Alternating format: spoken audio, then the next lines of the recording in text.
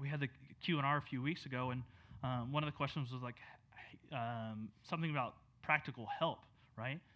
Because oftentimes when within the church, we're like, hey, go read your Bible and go pray, and you'll be good, right?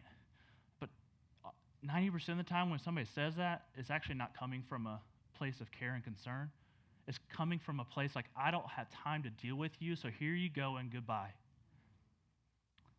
But the reality is those are actually super practical, the most practical things that we can do.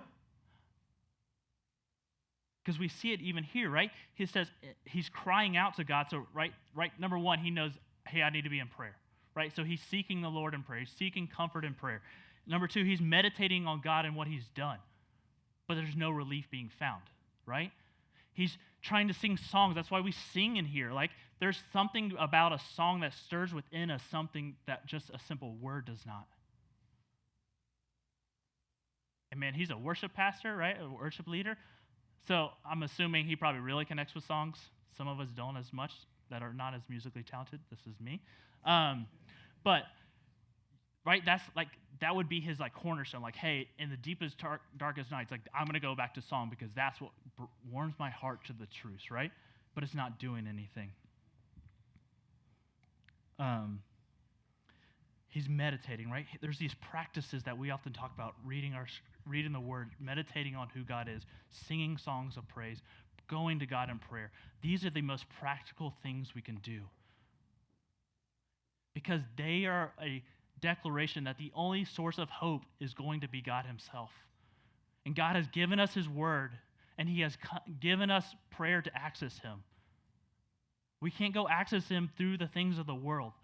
Like, we want to go play and have fun and numb our pain, but God is not to be found there. He's to be found in his word and in prayer.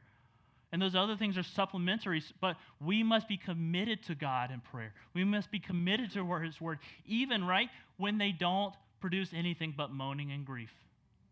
But that didn't stop him from doing it. But the result wasn't what we often picture, which is sunshine and roses and not cold weather, but, right? Like, that's what we think is going to happen. We're going to read the word and all, voila, like life is going to be different.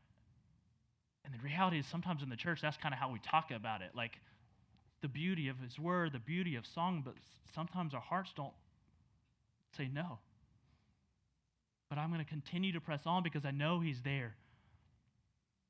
Not only is he here, but he's also here with us in our midst.